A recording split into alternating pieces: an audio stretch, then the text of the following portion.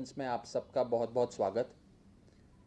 कल जो दिल्ली में घटा, जो दृश्य हम सब ने देखे, वो बहुत ही पीड़ा पहुंचाने वाले थे, दुख पहुंचाने वाले थे। और हम सब ने कड़े शब्दों में उसकी निंदा करी कि देश की राजधानी में ऐसे नहीं हो सकता, नहीं होना चाहिए। और कल के बाद जो चीज़ें सामने आई हैं, जो एविडेंस सामने आया है, जो पुख्ता सबूत जनता के सामने आए हैं, पब्लिक डोमेन में आए हैं, वो कहीं ना कहीं इस तरफ इशारा कर रहे हैं कि केंद्र सरकार यानी कि बीजेपी की सरकार की एजेंसियां इस आंदोलन में इन्फिल्ट्रेट कर गईं और इस आंदोलन को बदनाम करने के लिए उन्होंने ये सारी चीज़ें रची। और ख़ास करके लाल किले पे जो हमारे देश का अपमान हुआ, उसमें सेंट्रल एजेंसीज और सेंट्रल एजेंसीज के लोग शामिल थे। मैं एक एक करके एविडेंस के माध्यम से, सबूत दिखाते हुए, तस्वीरें दिखाते हुए आप सबके सामने सारी चीज़ें रखूंगा और ये प्रूव हम लोग कर देंगे कि कैसे बीजेपी ने, भारतीय जनता पार्टी और नरेंद्र मोदी जी ने मिलकर इस पूरे आंदोलन को बदनाम करने के लिए, कलंकित करने के लिए और इस फार्म यूनियंस के जो नेतागण हैं, जो लीडर्स हैं, उनको फंसाने के लिए ये सारा षड्यंत्र रचा। और कैसे कैसे बीजेपी के अपने लोग, बीजेपी के आइडेंटिफाइड लोग, जिनकी पहुंच सीधा देश के प्रधानमंत्री नरेंद्र मोदी तक है, देश के गृह मंत्री अमित शाह तक है, वो लोग इस पूरे मार्च को लीड कर रहे थे। उन लोगों ने, लाल किले पर जो हुआ वो उन लोगों ने किया और उन लोगों ने इसको, पूरी वारदात को अंजाम दिया। मैं सबसे पहले आपको दिखाना चाहता हूं ये तस्वीर। ये तस्वीर 7 रेसकोर्स रोड की, 7 लोक कल्याण मार्ग यानी कि भारत के प्रधानमंत्री का निवास स्थान है, प्राइम मिनिस्टर्स रेजिडेंस है। और इसमें एक तरफ प्रधानमंत्री जी के, इस तरफ सनी देओल जो भारतीय जनता पार्टी के सांसद हैं, मेंबर ऑफ पार्लियामेंट है, वो खड़े हैं। और प्रधानमंत्री जी की उस ओर वो शख्स खड़ा है जिस शख्स ने कल उस वारदात को अंजाम दिया।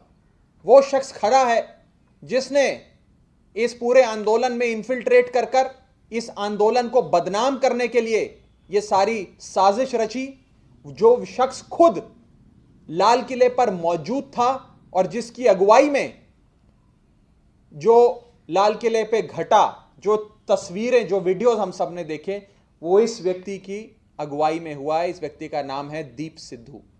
ये प्रधानमंत्री जी के साथ खड़ा है और प्रधानमंत्री जी का कोई बहुत बड़ा प्रशंसक क्यों ना हो, मोदी जी का अंधभक्त क्यों ना हो, वो भी 7 रेसकोर्स रोड, 7 लोक कल्याण मार्ग यानी कि देश के प्रधानमंत्री के निवास स्थान के भीतर नहीं जा सकता, अंदर नहीं जा सकता।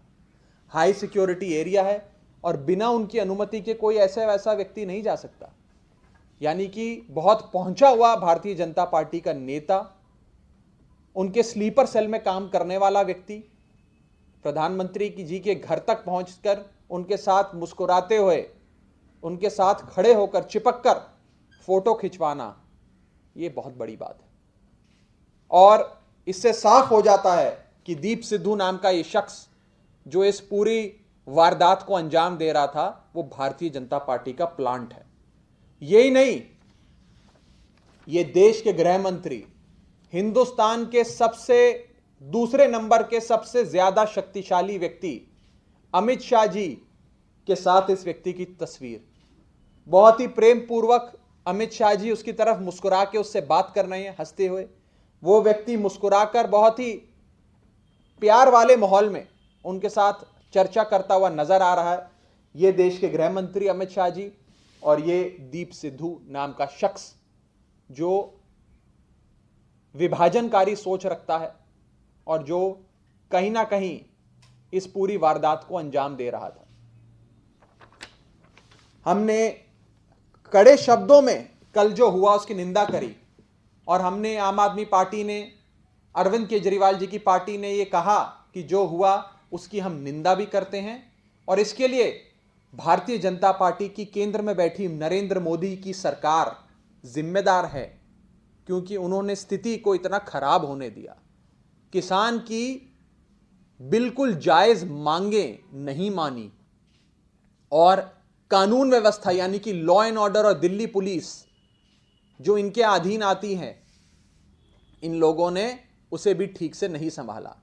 लेकिन आज ये नजर आया, ये सामने आया कि भाजपा के एजेंट, केंद्र सरकार, मोदी की सरकार की सेंट्रल एजेंसियों के एजेंट, स्लीपर सेल में जो काम करते हैं भाजपा के, वो इस आंदोलन में इन्फिल्ट्रेट कर चुके थे, घुस चुके थे और उन लोगों ने इस पूरी वारदात को अंजाम दिया है। ये लोग हैं जो इस आंदोलन को खत्म करने के लिए, बर्बाद करने के लिए पूरी तरीके से मास्टरमाइंड भी हैं और किंग पिन भी हैं। मैं ये कहना चाहता हूं कि आज भाजपा और नरेंद्र मोदी की सरकार ये कोशिश कर रही है कि मुद्दा भटक जाए। किसानों की जायज मांगें, किसानों की जो एक जायज मांग है कि इन 3 काले कानूनों को रद्द किया जाए, रिपील किया जाए, उस पे तो अब बात ही ना हो, उस पे तो कोई चर्चा ही ना करे और सारी बात घूम के अब इस विषय पर आ जाए जो कल हुआ।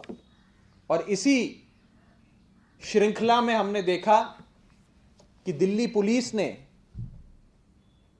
किसान नेता जो ना यहां मौजूद थे और जो ना इस हुड़कंप और जो ये वायलेंस हुआ, वैंडलिज्म हुआ, उसमें इन्वॉल्व थे, कहीं दूर दूर तक नजर नहीं आए, उनके खिलाफ मुकदमे दर्ज कर दिए। और अभी तक वो लोग जिन्होंने देश का अपमान किया, भारत माता का अपमान किया, उनके खिलाफ कोई एक्शन नहीं लिया गया।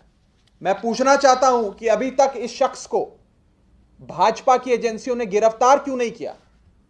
अभी तक इस शख्स को भाजपा ने क्यों प्रोटेक्शन, क्यों संरक्षण दिया हुआ है? यह बात हम सब भारतीय जनता पार्टी से पूछना चाहते हैं। पंजाब का एक